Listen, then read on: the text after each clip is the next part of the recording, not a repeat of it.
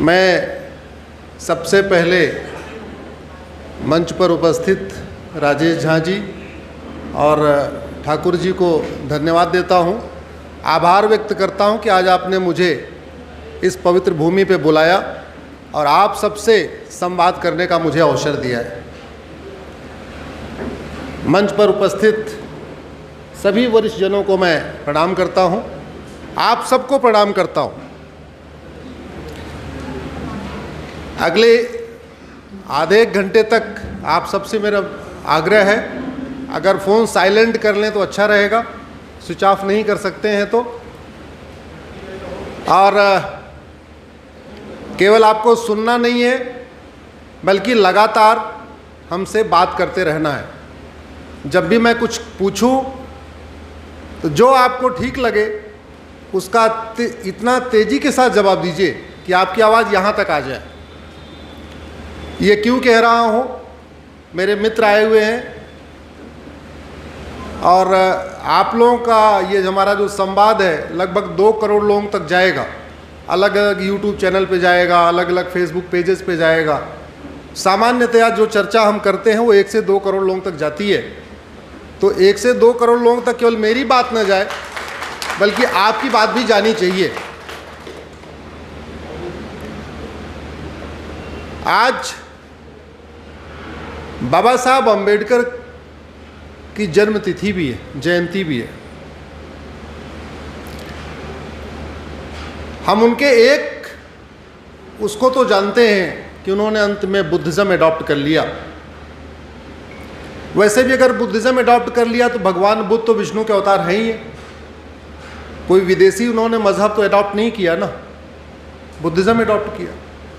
लेकिन एक बात जो लोगों को कम पता है कि संविधान के अंदर भारत की संस्कृति के प्रचार प्रसार के लिए सबसे ज़्यादा प्रावधान उनके कहने पे आया है।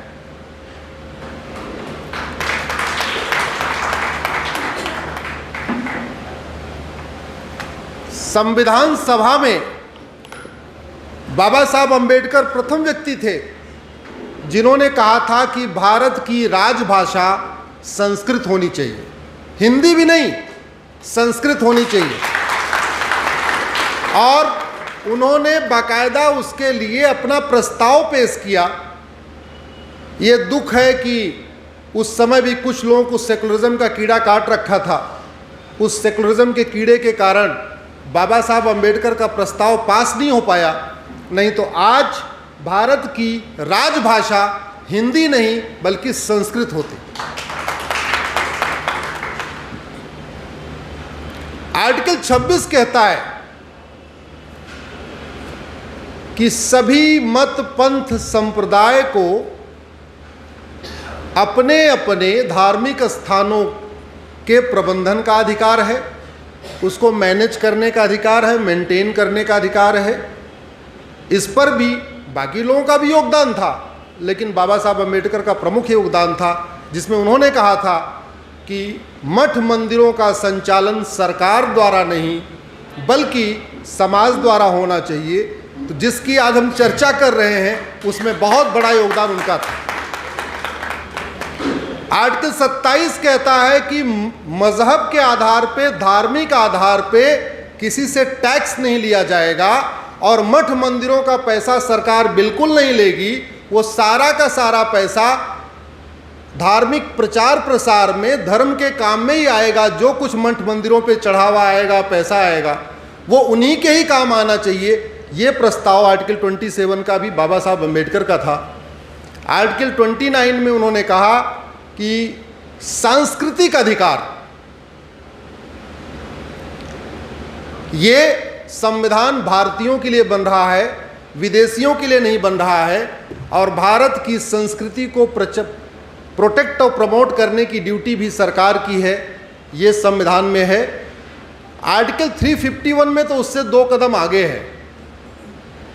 आर्टिकल 351 कहता है कि ये केंद्र सरकार की ड्यूटी है, वो ऐसी व्यवस्था सुनिश्चित करे कि देश के सभी नागरिकों को हिंदी और संस्कृत पढ़ना, लिखना, बोलना आ जाए, बाकायदा सीधे सीधे निर्देश दिया हुआ है। इसमें भी बाबा साहब अम्बेडकर का बहुत ही महत्वपूर्ण योगदान था। इस पहलू को इसलिए मैंने आवश्यक समझा आप लोगों के बीच में रखना, क्योंकि आज उनकी जयंती है और आज आपका विषय भी मठ मंदिर और भारतीय संस्कृति है, इसलिए एक बार उस पर चर्चा करना आवश्यक था।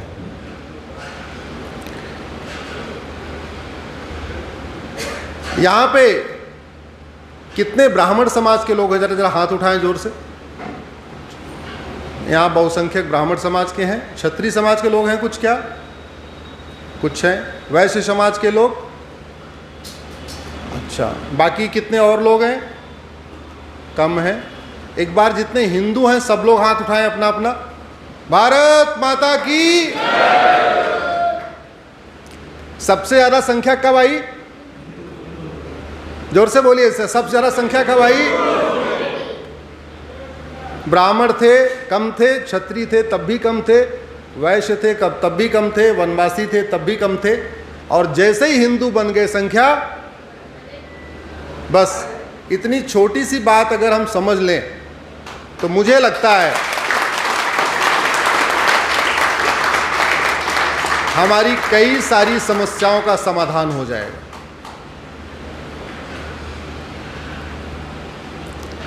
आखिर मठ मंदिरों को मुक्त करना क्यों आवश्यक है? पहले तो इसको समझिए आप। हमें राम पता है, दशरथ पता है, लेकिन दशरथ के पहले पता है क्या? नहीं। लव कुश के बाद पता है क्या? अच्छा, राम तो अयोध्या के राजा थे, भरत कहाँ के राजा थे? नहीं पता। शत्रुघ्न कहाँ के राजा थे? नहीं पता। शायद लक्ष्मण जी की पत्नी का नाम भी नहीं पता होगा, भरत जी की पत्नी का नाम भी नहीं पता होगा। क्यों? इसलिए नहीं पता है क्योंकि हमारे जहां पता चलता वो सेंचुरी खत्म हो गए।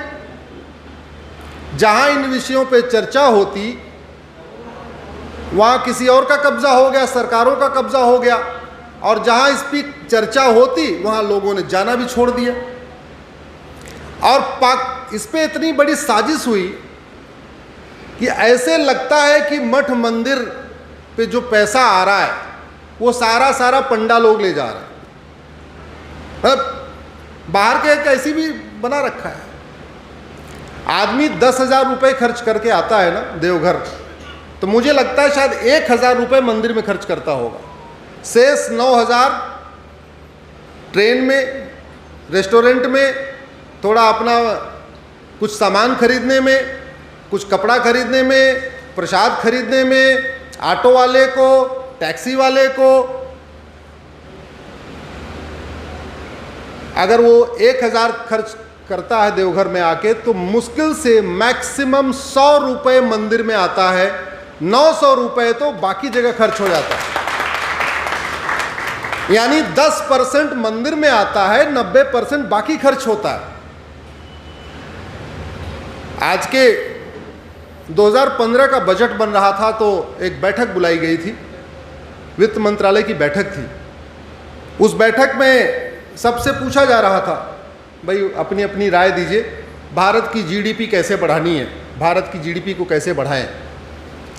लगभग 50 लोगों की बैठक थी और उसमें यह कहा गया था कि एक व्यक्ति केवल एक सुझाव देगा। ऐसा नहीं कि पूरी लिस्ट उठा के दे दिया सब लोगों ने। हमसे पूछे कि भाई कैसे जीडीपी बढ़ेगी, कैसे इकोनॉमी बढ़ेगी, तो कंडीशन वही थी कि सजेशन केवल एक देना है।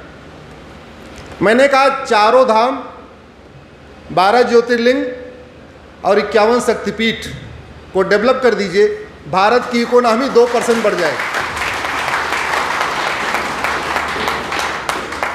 सुझाव एक ही था, चारों धाम, 12 ज्योतिर्लिंग और 51 शक्तिपीठ, इनको डेवलप कर दीजिए, भारत की जीडीपी 2% बढ़ जाएगी। क्यों? क्योंकि 90% तो बाकी जगह पैसा जाता है। एक्चुअल में मंदिरों में तो बहुत कम आता है, लेकिन उसके बावजूद जो आता भी है उस पर भी नजर गड़ा के बैठे हुए। अरे एम्प्लॉयमेंट जनरेट हो रहा है ना, होटल का जो पैसा आ रहा है उस पे सरकार तो नहीं ले रही है, ऑटो वाले से तो नहीं ले रही है, फूल माला वालों से तो नहीं ले रही है, बाकी और जो चीजें हो रही उससे नहीं। समझ में नहीं आ रहा ये जो मंदिर में चढ़ावा आता है वही क्यों लेती है, और मंदिर में आता कितना 10%, जहां 90% आ रहा है उसकी चिंता नहीं है, चिंता है 10% की, क्योंकि 10% पे उनकी नजरें गड़ी हुई हैं, और इसलिए गड़ी हुई हैं, ये स्वभाव हो गया है। एक कहावत है, फला की दौड़ फला, ऐसा एक शब्द है, मैं बोलना नहीं चाहूंगा, आप समझ में आ गए होंगे। फला की दौड़, वैसे नेताओं की दौड़ वोट और नोट।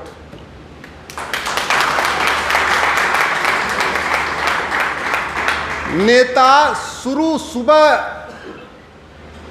उठते ही उनका दिमाग वोट और नोट पे शुरू होता है, रात में सोने तक वोट नोट, वोट नोट, कहां से वोट आएगी, कहां से नोट आएगी, कहां से वोट आएगी, कहां से नोट आएगी। बाकी सब कहानी है, बाकी सब कहानी है। और शायद इसीलिए हमारी संस्कृति धीरे धीरे धीरे धीरे सिकुड़ती चली जा रही है, और आज नई खासतौर पे हमारे युवा पीढ़ी तो संस्कृत से बहुत दूर चली गई है। ये भारत का संविधान है, कायदे से जब हम स्वतंत्र हो गए तो स्वतंत्रता के बाद सरकारों की ये ड्यूटी थी कि वो भारतीय संस्कृति का पुनः जागरण करें।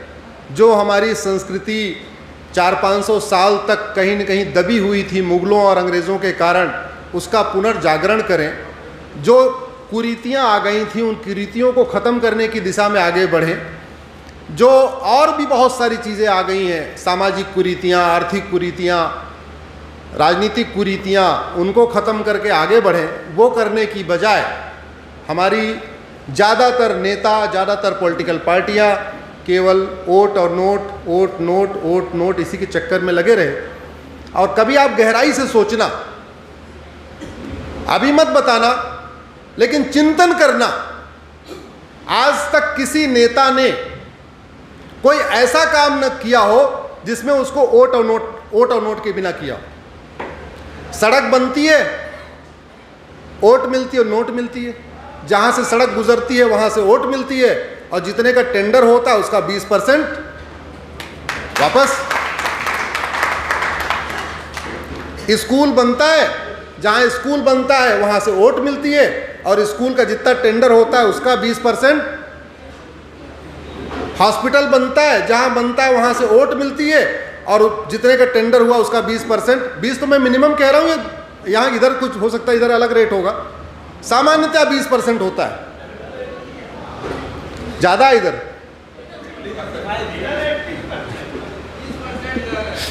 मैं पूरे देश का एवरेज बता रहा हूँ, ठीक है। एयरपोर्ट बनता है, क्योंकि एयरपोर्ट जहाँ से बना वहाँ वोट, वहाँ के लोगों का वोट मिला, और जितने का टेंडर हुआ उसका 20% नोट मिला। तो सारे काम जहाँ जहाँ वोट मिलेगा और नोट मिलेगा वो सारे काम होंगे, लेकिन जहां वोट और नोट नहीं मिलेगा वो काम नहीं। कड़वी सच्चाई, मीठा झूठ तो आप लोग सुनते रहते होंगे, आज थोड़ा हमारे साथ 10-20 मिनट तक कड़वा सच सुनिए। ये कड़वी बात बता रहा हूं आपको, और अपने अनुभव के आधार पे बता रहा हूं। पिछले 20-25 साल के राजनीतिक, वकालत, इन सब के सामाजिक कार्यों के अनुभव के आधार पे बता रहा हूं।